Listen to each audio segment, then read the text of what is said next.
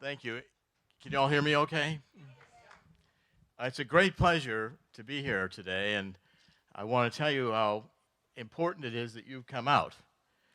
It's greatly encouraging to see this much enthusiasm for saving the nation.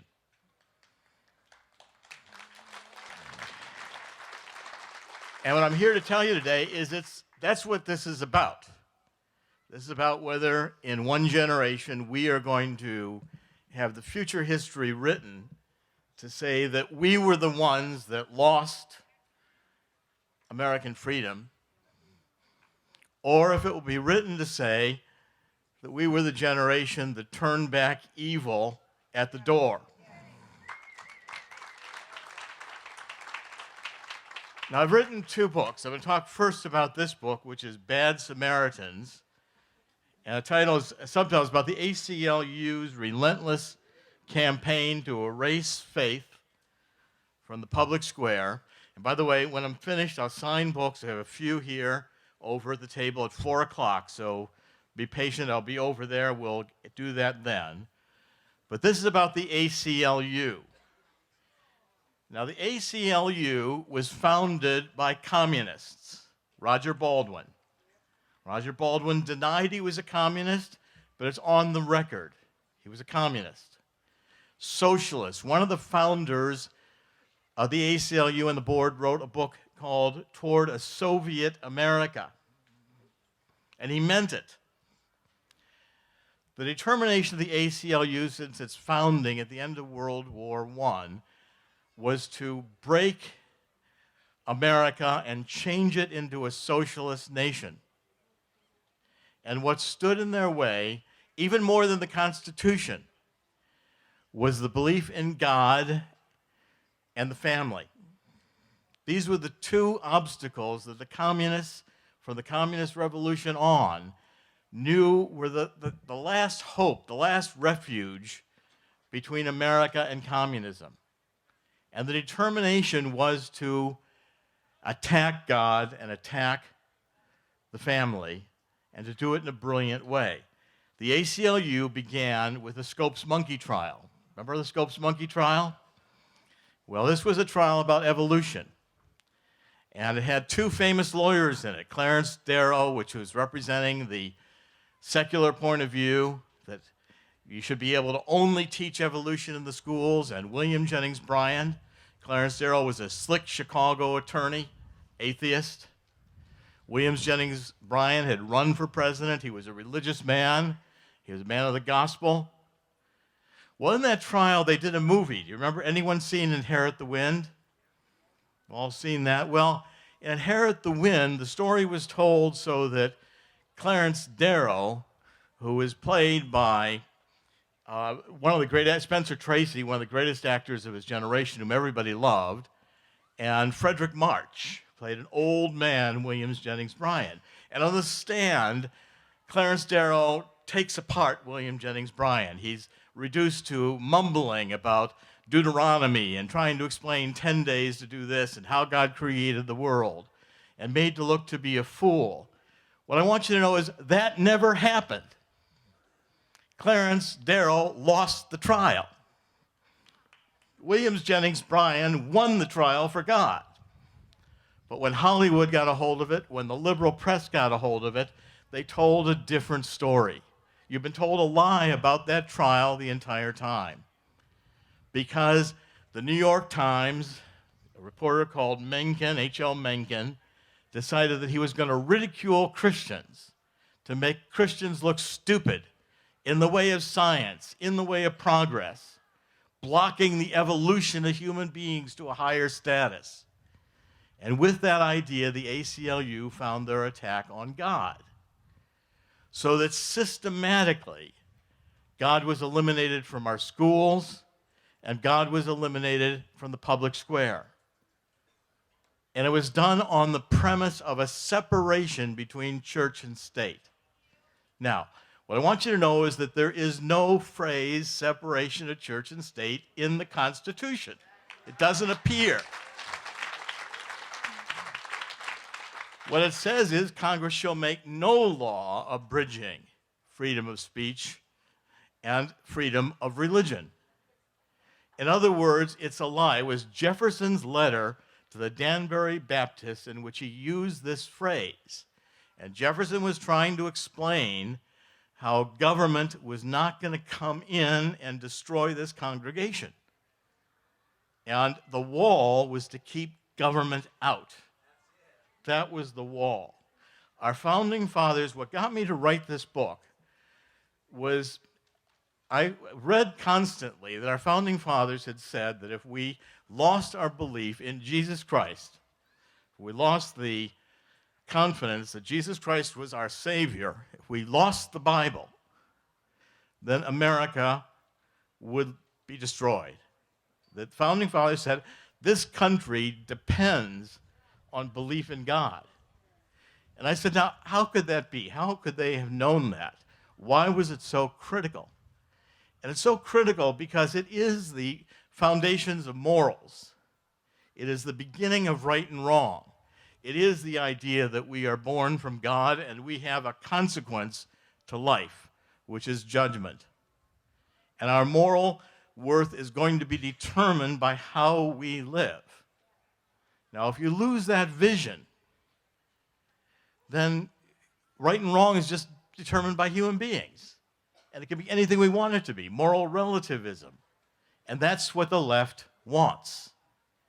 So all the court cases on removing God from the schools and the public squares that the ACLU has pursued since World War I have been pushed by largely atheists. Madeleine O'Hare Murray. Any of you remember Madeleine O'Hare Murray? She was a crazy woman. She defected to the Soviet Union. She took her children. She shows up in Russia. Said, I want to be a communist. Russia interview, they sent her home. They said, you're too crazy for us. Go back to America.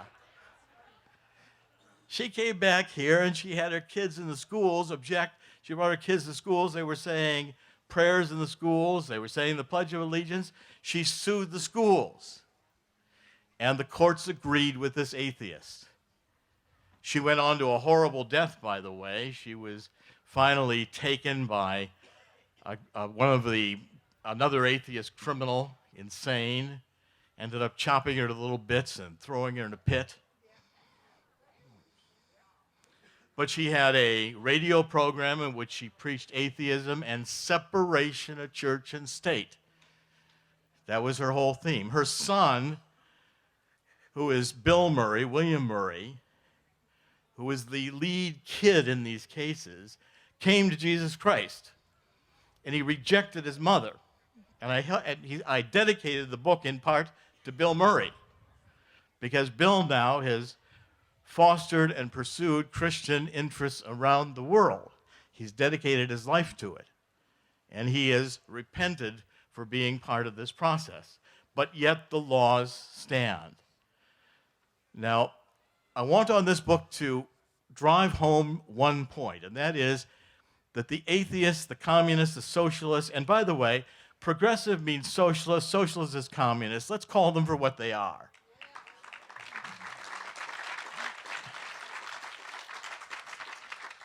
They've removed God. You can't even say a prayer in a public school. You can't have a Christmas creche in a public square. Now they want to remove Jesus Christ from the churches. I'm serious. And you all say, well, that can't possibly happen. What? Well, here's how they're going, and they're pretty far away along the road to do it. Here's the plan. They've done public relations on marketing homosexuality for decades.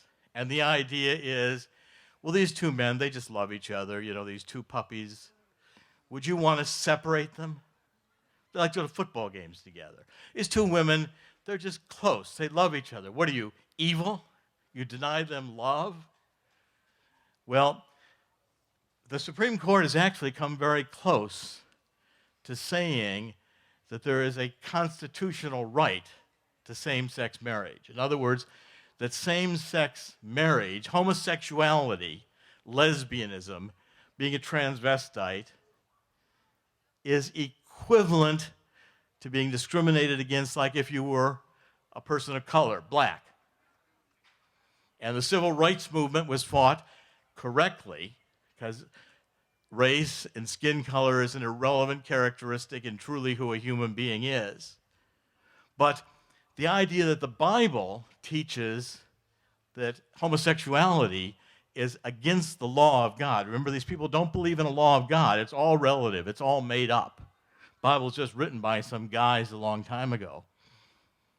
Then, if there's a constitutional right to same-sex marriage, any pastor who preaches against homosexuality from a biblical point of view is committing a hate crime and can be imprisoned.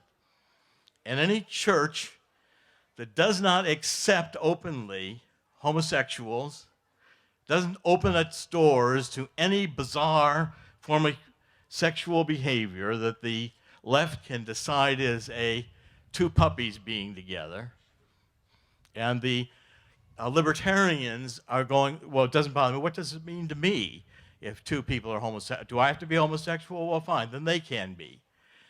That's not the point. True conservatives understand that this is an attack to eliminate God, and the churches who don't actually perform homosexual marriages will lose tax status. That's on the verge of happening. It got pushed back, but it's where they're headed. So the idea is of the left to come into the church and take God out of the church. Okay, now, what I say to that is over our dead bodies. And if you have a pastor who has hesitation on the issue of preaching the word of Jesus Christ from the pulpit, get a new pastor. Fire him. Because you might as well have the devil preaching from the pastor if you can't preach the word of Jesus Christ. If we can't preach the Bible, if we can't have a religious conviction, which is what our founding fathers said, pass no law abridging the freedom of religion. Pass no law. Do not touch it. If the federal government can come in and decide if your church is violating the Constitution, get rid of the pastor, violate the Constitution, and tell them no way. Shut her down. At that point, shut her down. At that point, we don't need the federal government. Our founding fathers knew that if we went this direction, there is no more moral compass. And you won't be able to explain to your children. You'll have to face the fact that we lost holding the line on one of the most principal issues in the Bible, and that is sex is not about fun. Want to have fun? Read a book. Go to a movie. Sex is about the procreation of children. It's a sacred responsibility. It is meant by God to have men and women commit their lifetime to children. And anyone, with my daughter, any child, the key question when they're going to get married is, do you want to look at this person for 55 years? You better be sure you like them, because it could happen. And that's the way God meant it. God meant men and women. It's not easy. No marriage is easy. No marriage is perfect. Every marriage succeeds because the man and the woman decide to make it succeed. And it can be done with the help of a pastor. It can be helped with the belief in God, that there's a higher purpose. And if we lose that, we lose everything. And the answer is, shut her down. Keep the churches open, shut the government down.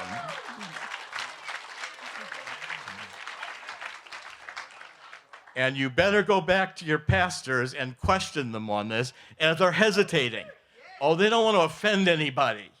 They don't want to have the homosexuals protest. Get a new pastor. That pastor should be fired on the spot. This war, and the why I wrote the book, is to to arm you with the arguments. That's Thank yours, you. my brother. That's yours. Thank you. Well, I can't accept that as a gift, but I'll accept it here for the time being. That's why I wrote that one. And it's a message that America doesn't want to hear. Because it's a lot easier to say, well, that's all right. We don't want to offend the homosexuals. We don't want to be called bigots. We don't want to be called racist. Well, they want to call me a racist, go ahead. They want to call me a bigot, go ahead. But I'm not going to be judged on what somebody called me. I'm going to be judged on the adherence to God's law.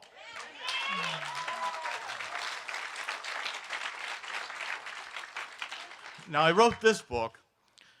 I wrote them both this year to get this out, too. This is on What Went Wrong. It's the title of this book. And subtitle is The Inside Story of the GOP Debacle of 2012 and How It Can Be Avoided the Next Time. I spent 3 weeks riding with the Romney campaign as traveling press on the airplane every day. All the cities, all the stops, no sleep. 3 weeks, because I wanted to see it firsthand. Last day of the campaign, Romney came to the back of the airplane. We were flying to Boston, and he talked to the press.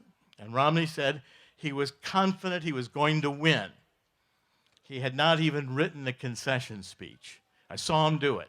Stood 2 rows up above me in the middle aisle. And I'm saying to myself, what is he, delusional? Because I watched the campaign. Yes, we had great crowds, big crowds, enthusiastic crowds, but they were in Findlay, Ohio. You know, they were in the rural counties, which are all red. All right?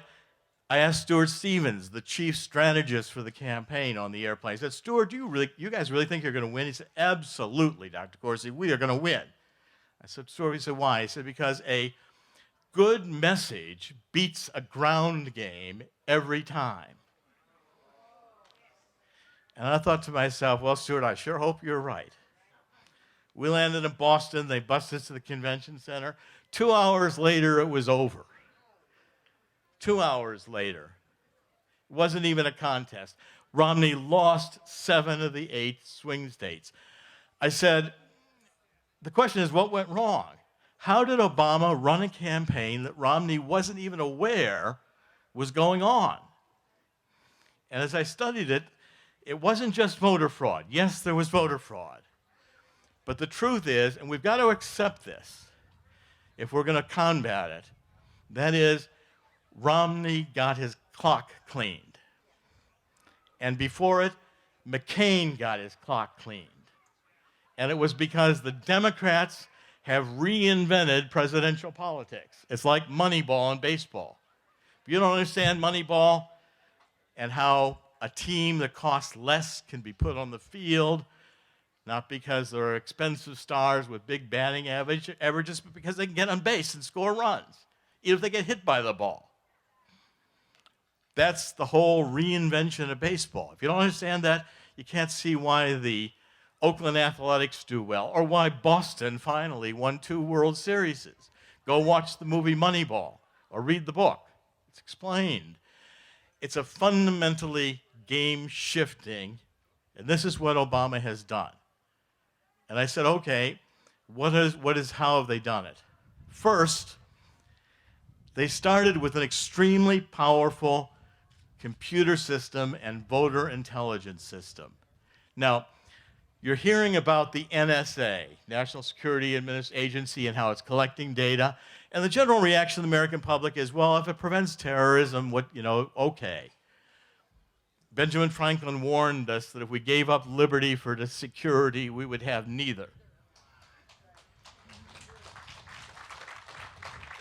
What the geniuses in the Obama campaign, and remember, Obama has been running for president his whole life.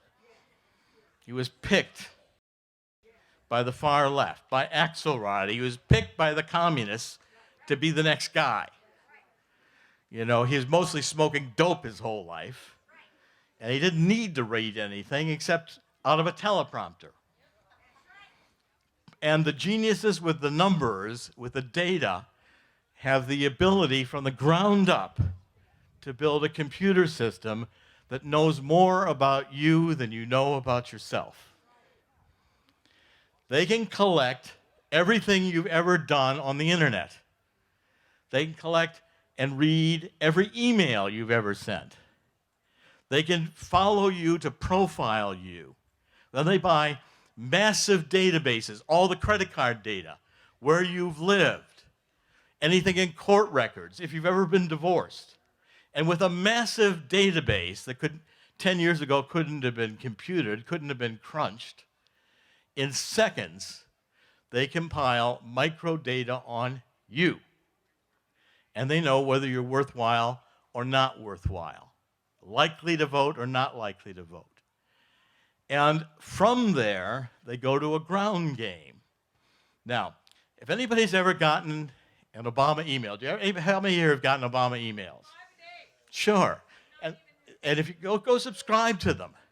Go subscribe to them under 2 or 3 profiles. They write you separate emails if you're black, or if you're young, or if you're a single woman, because they can profile the language that you'll respond to.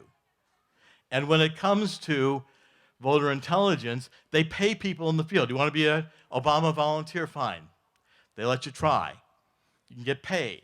They'll send you an iPad or a smartphone. But then they say, okay, here's the 50 people, go see. This is your area, go see those 50 people. Ask them these questions. Find us 50 more. Like them. You have to build your ground, your community organizing. Community organizing is a communist principle. Started Saul Alinsky, left Chicago, they're great community organizers. And Obama has Obama for president, now OFA, Organizing for America. They have an army of thousands out there and a constant campaign that never stops profiling America. And if they can get control of and accessing the data that is available in the NSA or any of the other data, make no mistake, that data is shared across the board.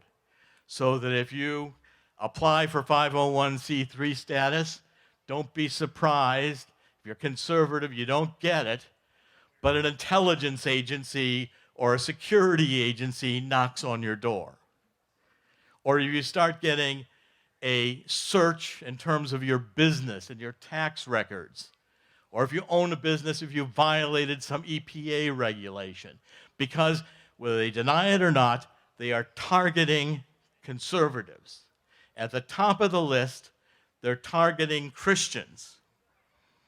It's the last refuge, and it's the same data power that the Nazis used. The Nazis had surveyed people.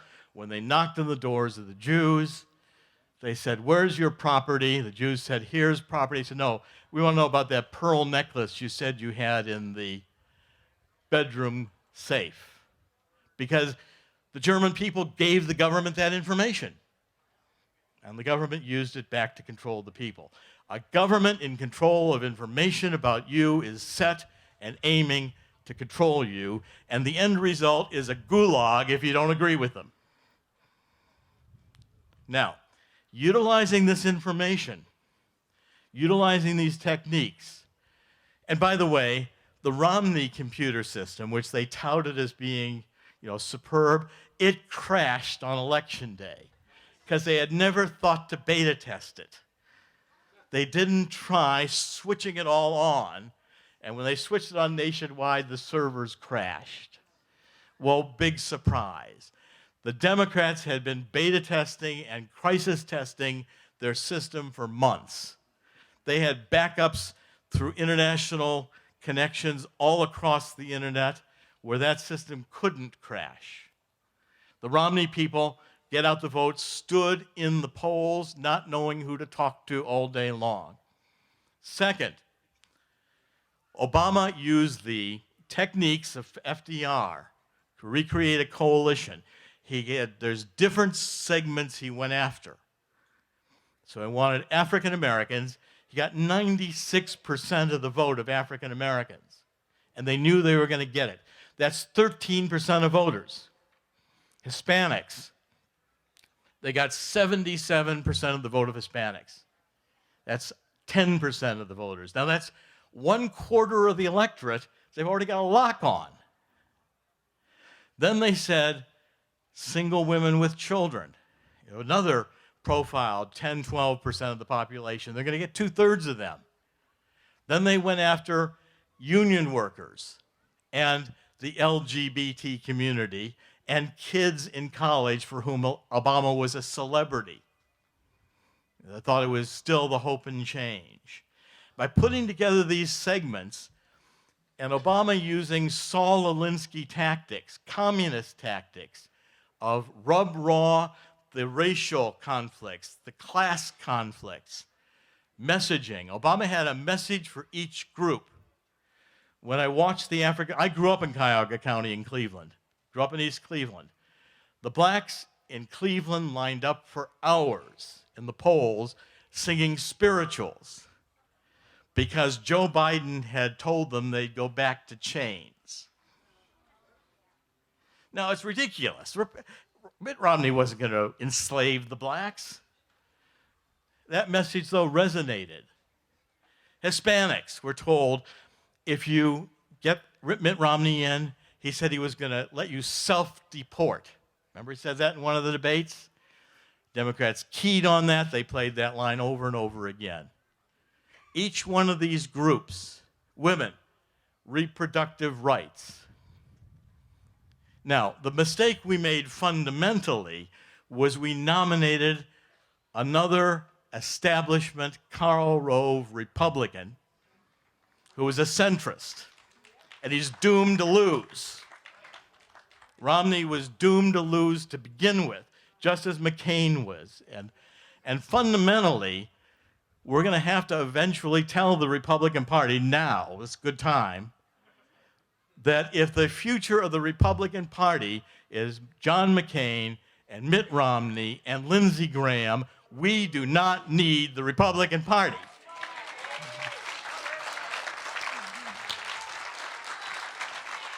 Remember, first we're Christians. That's first. The United States government can be broken up and thrown away if it violates Christianity. Then we got to tell the Republican Party, okay, we'll be Americans, but if you're not going to be a conservative party, we're conservatives first and Republicans second. And we're not sending you any more money. Take your Republican, I used to, as a kid, like this Groucho Marx movie, A Night at the Circus, A Night at the Opera, and the tent opens, and there's a circus, which is what Groucho Marx wanted them all to watch, and Margaret, whatever her name was, wanted them to watch the symphony. Well, Groucho put the symphony on a barge down in the river, and he untied it, and they floated out to the ocean playing music. That's what we need to do with the Republican Party.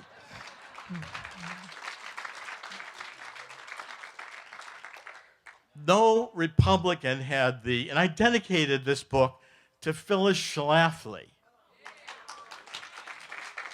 Because Phyllis in the 1960s wrote a little book called A Choice, Not an Echo.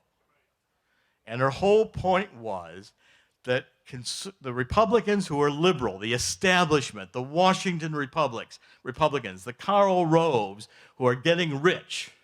Tom DeLay did not get wealthy. Those who do get wealthy become establishment Republicans. In her day, it was the Nelson Rockefeller wing of the Republican Party. They were the centrists. Phyllis said, if you keep nominating these people, they will lose. She was setting the stage first for Barry Goldwater and then Ronald Reagan. If Phyllis had not made that statement, she would not have awakened conservatives to realize that they're not in allegiance to the Republican Party, unless the Republican Party is in allegiance to them. Because Romney was compromised from the beginning. How is he going to oppose Obamacare without explaining Romney care? And the fundamental analysis, it didn't make, you say Romney, Obama, who cares? You know, Obama got 4.5 million fewer votes in 2012. I analyzed all the numbers. Remember, I'm a political scientist from Harvard, Ph.D. I've been analyzing voters and analyses for decades.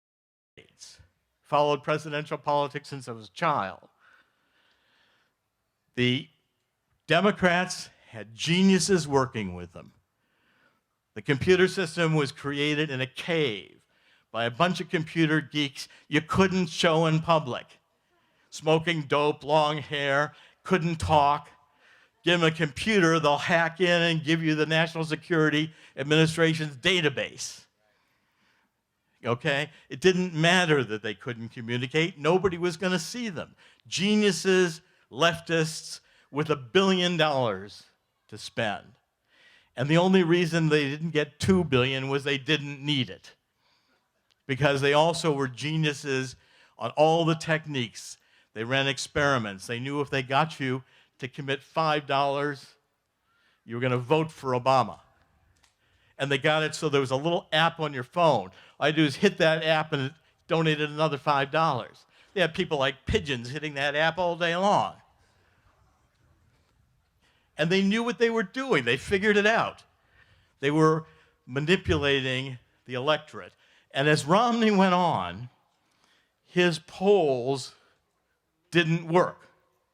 Polling is done. Polls are old style. Messaging like Romney did is old style.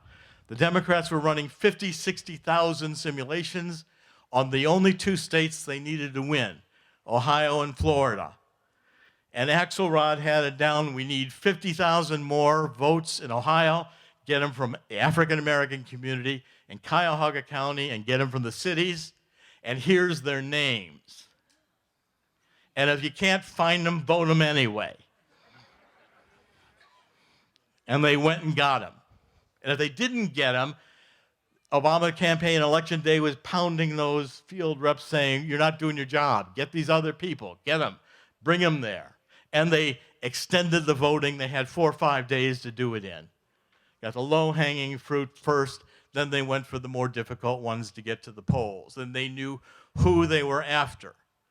In Florida, all they needed was 50,000 votes. Yes, I agree with you. We need the Electoral College. But they've already reduced the presidential campaign to 50,000 votes in Ohio and 50,000 votes in Florida.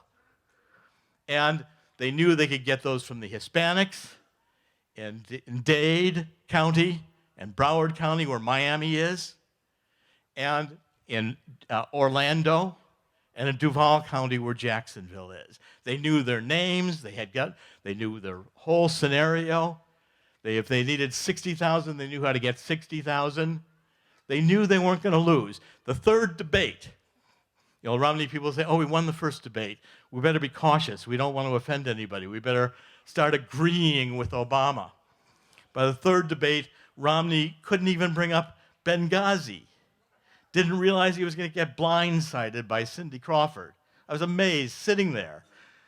Liberal press, all constantly undermining him. When Romney or anyone came in the back of the plane to talk about an issue, the press immediately wanted to press him on Todd Akins and rape, because they knew it was a divisive issue. It was a wedge issue. They want to talk about anything, the whole thing, the whole game on the airplane, the Romney campaign. New York Times and the Washington Post were playing with 20-year-old reporters was who could say the slickest line to make Romney look stupid. That's all they cared about. And Romney played right into it. The last debate, I'm in the spin room listening to Romney's people. Oh, they're talking about what a good message they've got, how they're really communicating with voters. I go over to Jim Messina. I said, Jim, what's going on? Jim says, I'm sure glad these damn debates are over. I said, well, what do you mean? He said, well, now we're finished with the sideshow of the campaign. We get into the serious part. All he cared about was get out the vote. He knew he had the numbers. Forget about all this nonsense. Obama could have made a mistake. Obama didn't. They could clean the clock on the ground game, and they did.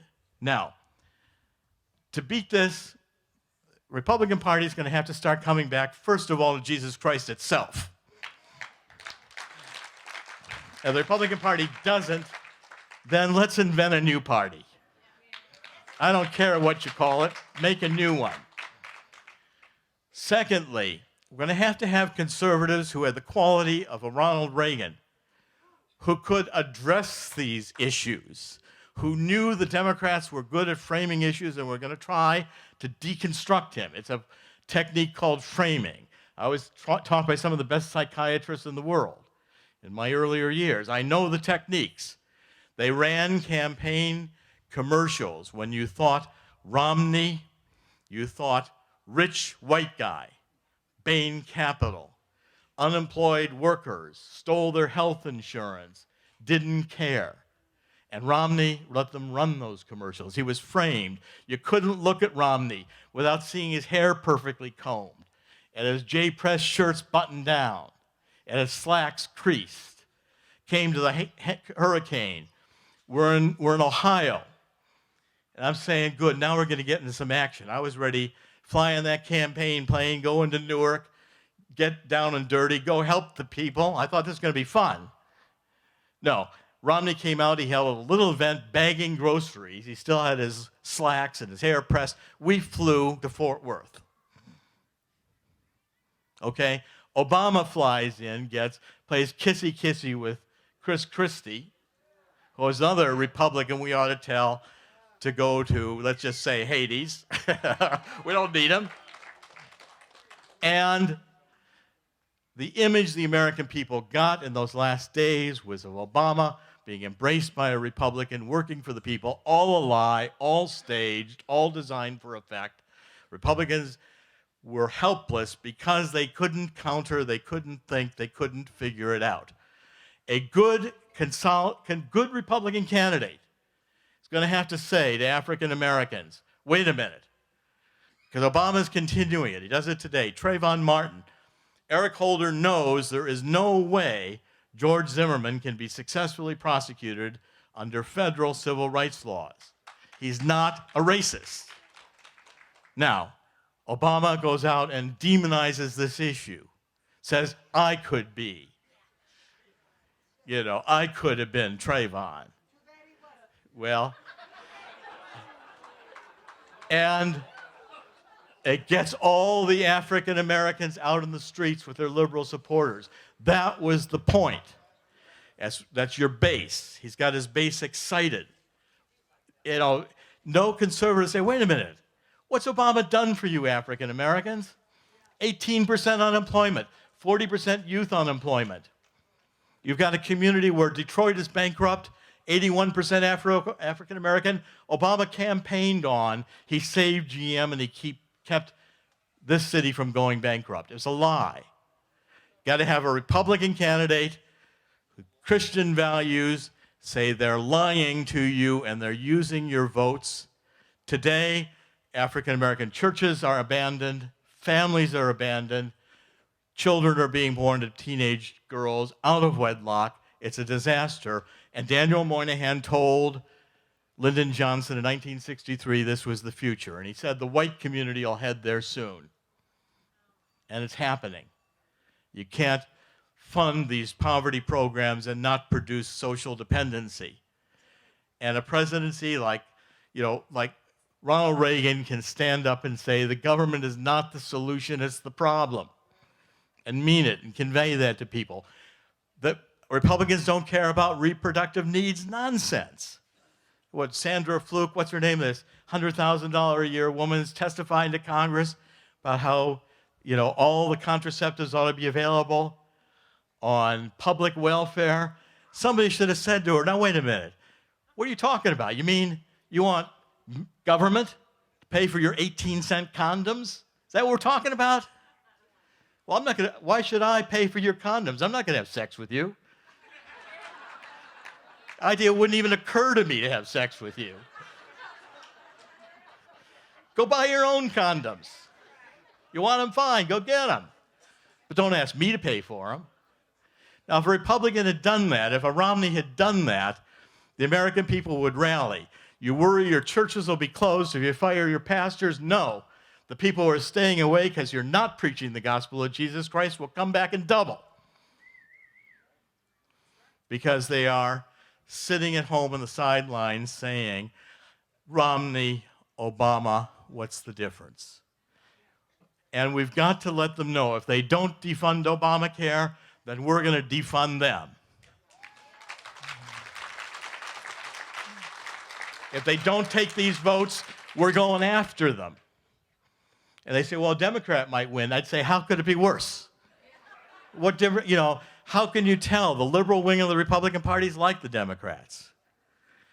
And the 9 million people who stayed home, 9 million white voters, as I point out in the book, were not the evangelicals. The issue of Mormonism was an issue in the primaries. Evangelicals showed up and they voted. The voters who stayed at home were the Tea Party voters, the real conservatives, because they had no motivation. While Obama's whipping up his base, Romney's getting them to go to sleep and turn off the television. Now, what I'm saying to you here is the same in both books. I'm saying we've come to a crisis in America, and the wolf is at the door. And we ought to tell that wolf, go back to Kenya.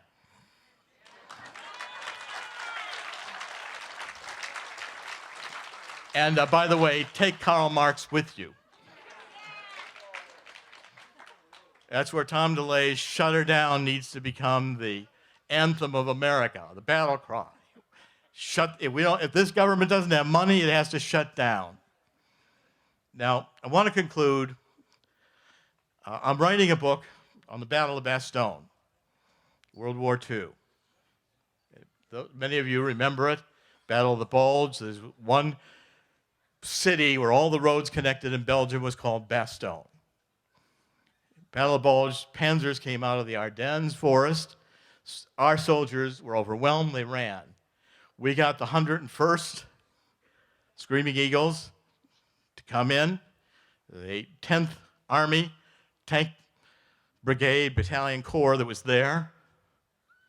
These guys rushed into the battle. They came and they said, we'll fight. Now, they got to be surrounded by the Nazis. And the guy who was the commander, I'm sure God ordained, because he was not the commander, McAuliffe.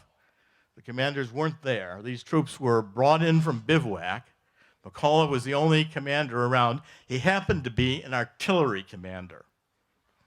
And he had enough artillery that he figured out he could defend Bastogne.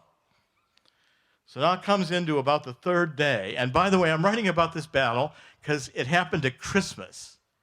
And these were soldiers who believed in Jesus Christ. They saw the possibility of a miracle. Now, when the Germans came in, McAuliffe happened to be asleep. A little group of them came in with white flags. And they went to McAuliffe and they woke him up. We say, I got a group of generals here. Well, McAuliffe was so confident that he could defend this position, surrounded, that he thought the Germans had come to surrender. And when they said, no, General, they're not here to surrender. They want you to surrender. He said, aw, nuts. He woke up. He went and talked to the Germans. He realized it was true. He said, what should I say? How should I answer him? Well, one of his top aides said, well, General, your first response wasn't so bad. Aw, nuts. So he wrote that out, and that went through. It's like electricity. It went through all the American forces. Patton did a forced march. He came in, he relieved Bastogne, and they held out. Christmas Day, the Nazis were so mad that he was holding out, they did a massive bombardment of Bastogne. And McAuliffe said, I don't care. Said they'll have to kill us all.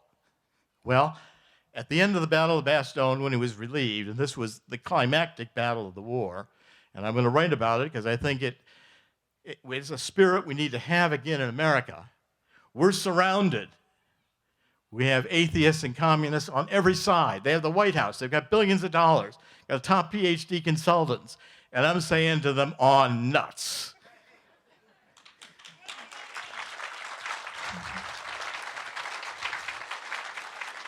We have an unfair advantage in the battle. It's the same advantage George Washington had, and that is God and Jesus Christ. And if we'll only go back to the power of our faith, the power of the fact that the message we're conveying is a message God put in us, as our founding fathers said, inalienably. It can't be taken out of you.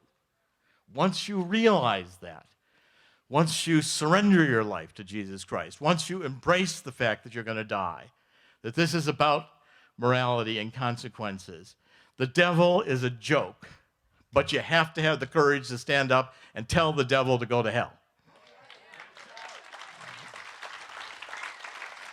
And that's the message I'm giving you. It's the message I'm saying, see you out here today on a Saturday afternoon gives me great courage. If our founders were here, whenever I write a book, I feel the presence of the people I'm writing about. I feel the presence of the people who fought at Bastogne. And they're saying, don't let us down.